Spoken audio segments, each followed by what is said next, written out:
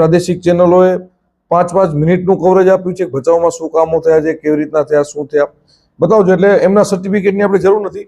પણ હું તો જ્યારે ખોટું બોલતા, ખોટા આક્ષેપ કરતા હોય ત્યારે વિથ ડેટ બતાવું. આ પણ જો 25 ડિસેમ્બર 2021 જ્યારે પણ સંતોકબેન અહીંયાના ધારાસભ્ય હતા, વિરેન્દ્રસિંહ માંડવી ધારાસભ્ય હતા, ત્યારે પણ રાપર તાલુકાના તમામ સરપંચો જો આ લખ્યું છે. અમારી ફેસબુક પોસ્ટ પણ તમે મારા ફેસબુક પ્રોફાઇલમાંથી જોઈ શકો છો. ત્યારે પણ તમામ સરપંચો વિરેન્દ્રસિંહની મુલાકાત લઈ અને રાપરના વિકાસના કામો, અડચણના કામો માટે રજૂઆત કરી હતી. રજાભાઈ, મારે આ મુદ્દા ઉપરથી એક વાત એ પણ આવે છે કે સરપંચથી સંસદ સુધી જે છે ને કડી હોય છે, જે ખાસ કરીને લોકશાહીને બંને છેડા છે, એક સરપંચ છે ને સંસદ છે. તો રાપર તાલુકાના સરપંચો જે છે એ વિરેન્દ્રસિંહ બાપુને મળે છે. શા માટે? આ એક પ્રેમ છે કે પછી જે છે એ પોતાના જે છે કામો, વિકાસના કામો થઈ શકે એના માટેની રજૂઆત છે? શું છે આ એક લોકોનો પ્રેમ છે. લોકોનો સૌથી મોટો વિશ્વાસ છે કે વિરેન્દ્રસિંહ પાસે જાશો એટલે કામનો 100% ન્યાય મળશે. અને વિરેન્દ્રસિંહે એ કરી બતાવ્યું છે. માંડવી મુન્દ્રા ધારાસભ્ય હતા ત્યારે પણ મેં તમને આ તો 2-4 ખાલી બતાવ્યું. આ 2 ફાઇલ ભરીને છે કાગળિયા.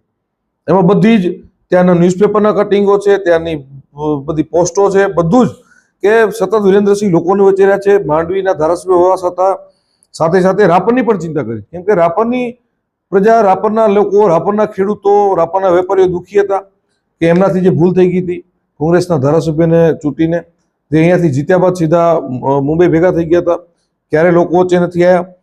સ્વાભાવિક લોકોના પ્રશ્ન હોય ત્યારે કોઈ નેતા પાસે જવાના છે ત્યારે બધાએ વિરેન્દ્રસિંહને પોતાના આગેવાન નેતા તરીકે માને અને સતત જેટલા પણ કામો આ વિધાનસભાના હતા એના માટે ખાસ કરીને માંડવીમાં ધારાસભ્ય હતા વિરેન્દ્રસિંહ બાપુ, ત્યારે એ કોંગ્રેસનો મુદ્દો નહીં પણ માત્ર એમણે પોતાની જે છે એ વાતોને લઈને વિકાસના કામો કર્યા. અહીંયા વાગડમાં, રાપરમાં જે છે એ ખાસ કરીને આ શા માટે જે છે કોંગ્રેસનો આ મુદ્દો તમારે અહીંયા લેવો? કારણ કે વિકાસના કામો એ થઈ જ રહ્યા છે, પણ તો કોંગ્રેસને શા માટે જે છે અત્યારે આપણે આ મુદ્દાનો ચર્ચાનો મુદ્દો બનાવ્યો? આમ તો અમારો સ્વભાવ નથી કે સામેવાળાનો હિસાબ આપીએ કે એને શું કરીશું નહીં, પણ જે પ્રમાણે ખોટું બોલી રહ્યા છે, જે પ્રમાણે લોકોને ભરમાવી રહ્યા છે, વિધાનસભા વખતે પણ એટલો બધો ખરાબ માહોલ બનાવ્યો, એટલી બધી લોકોને ભય બતાવ્યો, આમ થઈ જાય, તેમ થઈ જાય. એટલે એમની જે ગંદી રાજનીતિ રમવાની સ્ટાઇલ છે, હું બહુ ખુલ્લા મને કહું છું કે આવી ગંદી રાજનીતિ મેં મારી જિંદગીમાં નથી જોઈ. અને આવી ગંદી રાજનીતિ કરીને જો રાજનીતિમાં રહેવાતું હોય તો આપણે એવી રાજનીતિ પણ નથી કરવી. એટલે હું ગ્રાઉન્ડ ઝીરોનો સાક્ષી બન્યો છું. ખાસ કરીને શક્તિસિંહ બાપુ અને વિરેન્દ્રસિંહ બાપુ જ્યારે પ્રચારમાં આમ સામે ગાડી મળતી હોય ત્યારે કાચ નીચે ઉતારે અને બંને જણા કહે કે અમે 20,000થી લીડથી જીતીએ છીએ. તો આ એક મિત્રતાનો એક નાતો હતો. અને શક્તિસિંહ બાપુનો એક ઇન્ટરવ્યુ મેં પણ લીધો. ઇલેક્શન એન્જિનિયરિંગ કોલેજમાં આવ્યું, વિરેન્દ્રસિંહ બાપુ જીતી ગયા, શક્તિસિંહ બાપુ હારી ગયા અને બહાર નીકળતા હતા એમણે કહ્યું કે આજ દિવસ સુધી હું મારા જે સામેના પક્ષના ઉમેદવારનું ક્યારે નામ નથી લીધું, પણ આ ચૂંટણી મને એટલી તંદુરસ્ત લાગી છે એટલે હું વિરેન્દ્રસિંહ બાપુને અભિનંદન આપું છું. આ શક્તિસિંહ ગોહિલના શબ્દો છે. તો આ રાજકારણની ખમી અહીંયા કેમ દેખાય છે? હું જ કહું છું કે રાજકારણ એક ખેલદીલી સાથે હોવું જોઈએ. તમે શું કર્યું છે, તમે શું કરવાના છો એનું વિઝન મૂકવું જોઈએ. તો આ ભાઈ જે પ્રમાણે મતલબ હું એક સ્પીચ આપું, હું એમ કહું આ કામ કર્યું તો બીજે વિડીયો એકદમ ડંફાસો મારો છો, સતત ખોટું. એના કારણે હું ખુલાસો આપવા માટે નથી બેઠો, કેમ ખુલાસો આપવો એ મારો ક્યારેય સ્વભાવ નથી.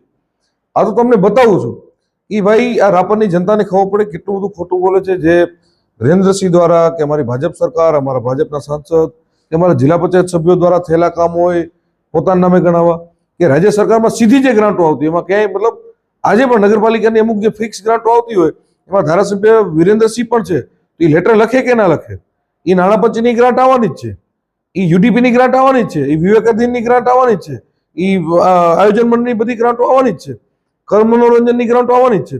પણ એ ગ્રાન્ટો જો હું મારામાં લખાવું, હું મારી ભાજપનો ધારાસભ્ય છું, ભાજપ સરકાર છે, મારી સરકારમાં આવી છે, તમે કહી શકીએ કે અમારી સરકારમાંથી આવેલી ગ્રાન્ટો છે. એ ભચુભાઈ જે ગણાવે છે એ હાવ ખોટું છે.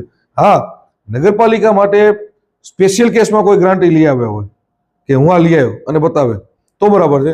હું આજે બહુ ગેરંટી સાથે કહું છું કે રાપરની ગટર યોજના માટે એ સ્પેશિયલ કેસમાં 13 કરોડ રૂપિયાની દરખાસ્ત નગરપાલિકામાં કરાવી. ધારાસભ્યોના વિરેન્દ્રસિંહના પ્રયાસોથી આ 13 કરોડની ગટર યોજના રાપરમાં મંજૂર થઈ ગઈ છે.